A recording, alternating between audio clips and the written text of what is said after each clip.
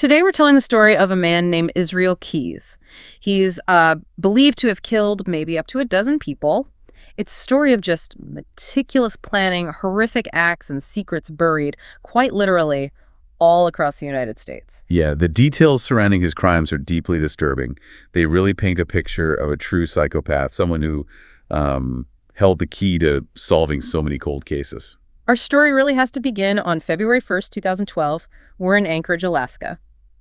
That night, an 18-year-old named Samantha Koenig was working the late shift at a local espresso stand, Common Grounds Coffee. Now, Keyes, he wasn't really stalking people. He was stalking locations, vulnerable spots. He picked this specific coffee stand because it stayed open late, He's already prepared. The level of planning is something else. Right. He'd prepped his shed at home, had a tarp down for blood, set up 2 heaters because, well, it's Alaska in February. He was thinking ahead about managing the scene. And he waited. He actually had a traffic scanner in his car listening for a police distraction. Smart. In a terrifying way, divert attention. Once he heard a call pulling police away, he put on a ski mask and just walked up. Samantha was completely alone inside. Keyes calmly ordered an Americano.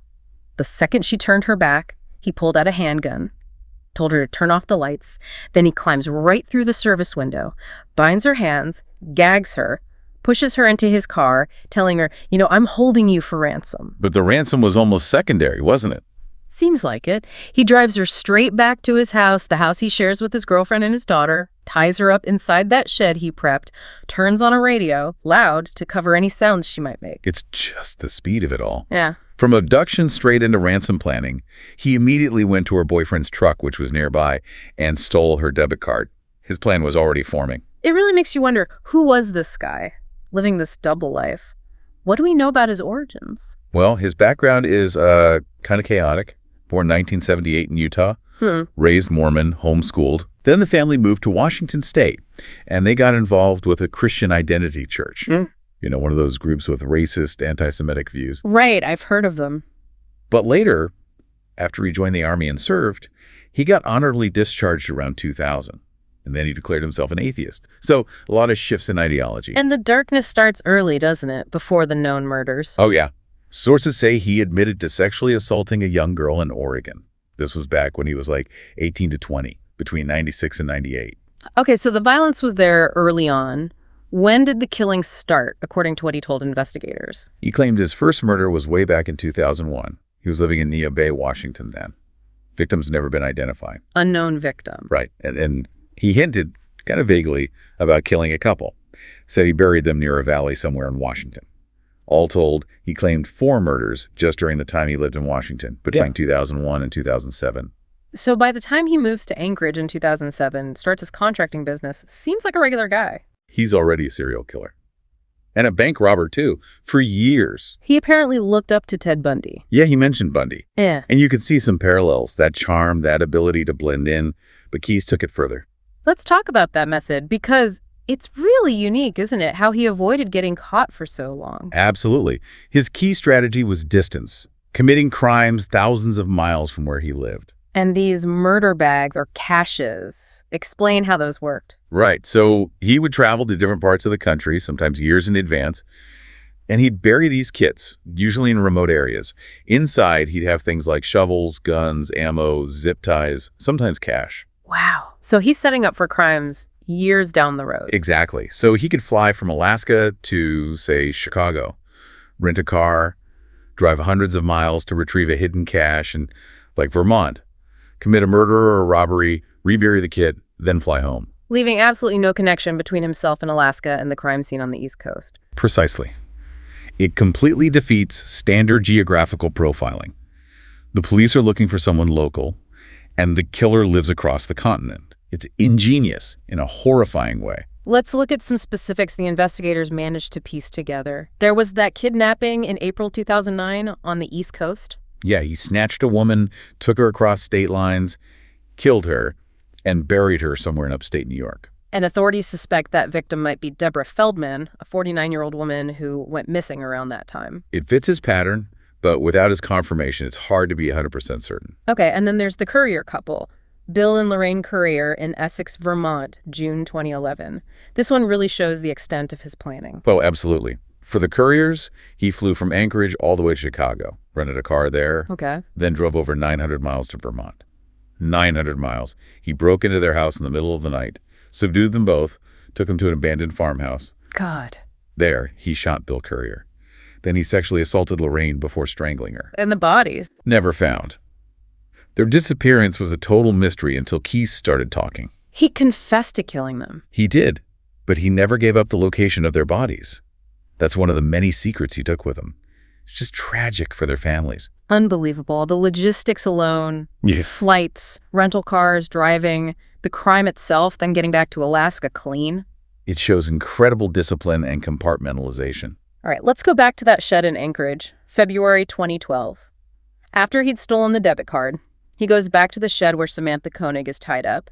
The sources say he poured himself a glass of wine, then sexually assaulted her while strangling her. Just cold calculation. And then, even colder, he wraps her body in a tarp, puts her in a sort of cabinet inside the freezing shed. And the very next morning, he gets his daughter ready for school, calls a cab, goes to the airport. And flies to New Orleans to catch a cruise ship. A pre-planned vacation. He went on a cruise to Mexico while Samantha's body was frozen in his shed back home. The absolute detachment is profound. It's a hallmark of severe psychopathy. After the cruise, he didn't just go home. He drove through Texas. Right. Stopped to rob a house, then burned it down. Then he robbed a bank in Texas. Then he flew back to Anchorage, arrived back on February 19th. And this is where it gets even more grotesque, if that's possible. It's difficult to discuss, but it's part of understanding him. He goes back to the shed, takes Samantha's body out. He performs sexual acts on her frozen corpse. Then he needs to stage this ransom photo. Yeah, this is truly bizarre. He applied makeup to her face, tried to make her look alive, and then he used fishing line to sew her eyelids open so she'd look awake in the picture. Just for the photo, Yeah. to make the ransom demand seem credible. He posed her with a recent newspaper, demanded $30,000 be put into her account, the account linked to the debit card he'd stolen. He texted the boyfriend, Samantha's boyfriend, directions to a dog park. That's where he left the ransom note and that horrific photo. It's all about control, psychological manipulation, even post-mortem. A few days after that, he takes her body, dismembers it, and dumps the remains in Matanuska Lake, just outside Anchorage. He thought he covered his tracks perfectly, but he made a mistake. He got greedy or maybe just careless. Probably a bit of both. His system relied on anonymity, but he couldn't resist accessing the money. Early March, he flies to Vegas, rents another car, drives to Arizona. And uses Samantha's debit card. Right at an ATM. Oh. He wore a disguise, but the security camera picked up one crucial detail. The car. The white Ford Focus rental car he was driving. That was the key. The FBI got that footage, identified the rental, and put out an alert, especially to law enforcement in Texas since he'd just been there. And it worked. March 13th, a Texas highway patrolman, just doing his job, spots a white Ford Focus parked outside a motel in Lufkin, Texas. He runs the plate. He waits, follows Keyes when he drives away, pulls him over for speeding just 3 miles over the limit. A routine traffic stop. Exactly. Keyes hands over his driver's license from Alaska. The trooper realizes this might be the guy, calls for backup immediately. And they search the car. Yep. They find cash stained with dye from the recent bank robbery. They find the mask he wore, a gun, and, crucially, Samantha Koenig's debit card. Game over. His run was finished. Arrested right there on the side of the road. So they have him. Yeah. But he's not talking at first, right? No, he clammed up initially, but the pressure mounted. On March 31st, he finally admitted to abducting Samantha. What made him start talking about the murders? He started negotiating. He realized he had information they desperately wanted. He agreed to talk, to give details, but only if they promised to keep the information out of the media. He specifically said he didn't want his daughter reading about what he'd done. That's a strange kind of parental concern, given everything. It's a bizarre contradiction, isn't it? This monster trying to protect his daughter's image of him. So, did he confess to killing Samantha then? Yes. When pressed, he admitted she was dead. And then, apparently with some arrogance, he told them, "I'll tell you everything you want to know. I'll give it blow by blow if you want. I have lots more stories to tell." Chilling. And they found her remains shortly after. Just days later, based on his information, they recovered Samantha's remains from Matanuska Lake. What was he like in those interrogations? Did he show any remorse? Absolutely none. Investigators described him as arrogant, often looking bored when discussing, his regular life. But when he talked about the abductions, the murders, he'd change completely. Lean forward, get excited, almost reliving it. Zero remorse. That volatility, it even showed up in court. Right. Yeah. There was an incident during a hearing. He somehow managed to break his leg shackles, steel shackles. No way. Yes, and he just jumped over the railing right into the gallery where people were sitting. Deputies had to tackle him, taser him to get him under control. It's just pure impulse and chaos. Or maybe another calculated act of defiance. It's hard to say. And then came the end, his final act. Yeah, late November 2012. Investigators noted he seemed kind of distracted in his last interview. 2 days later, a guard found him. Found him face down in his cell, covered in blood, suicide. And even his suicide was meticulously planned, wasn't it? Like his crimes. Unbelievably so. He got hold of a razor blade, somehow attached it to a pencil, used that to slit his left wrist. Okay. But he wanted to be certain. He didn't leave it to chance. He tied one end of a bed sheet into a noose around his neck and tied the other end securely around his left ankle. What? Why his ankle? It's grimly ingenious. The idea was, as he bled out and lost consciousness, his leg would naturally fall or relax. That falling motion would tighten the noose around his neck, ensuring strangulation even if the blood loss wasn't fatal quickly enough. My God. He planned his own death like he planned his murders. Removing any chance of failure. Exactly. Even in death, he maintained absolute control. Did he leave anything behind? A note? Confessions? He left a 4-page note, but it was soaked in his own blood, mostly illegible.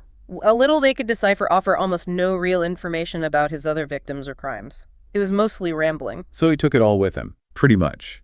His death meant the full scope of his crimes. The estimated total, maybe 12 victims, that couple in Washington, whoever else he killed, we'll likely never know for sure.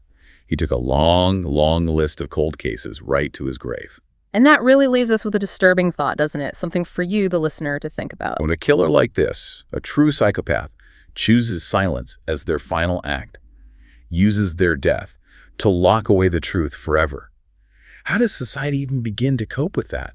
With the uncertainty, the family's left perpetually waiting for answers that will never come because the key is just gone. It's a heavy question with no easy answers. We want to thank you for joining us for this story, this really tragic and horrific story of Israel Keyes.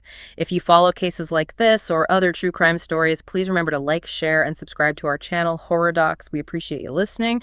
We'll see you next time.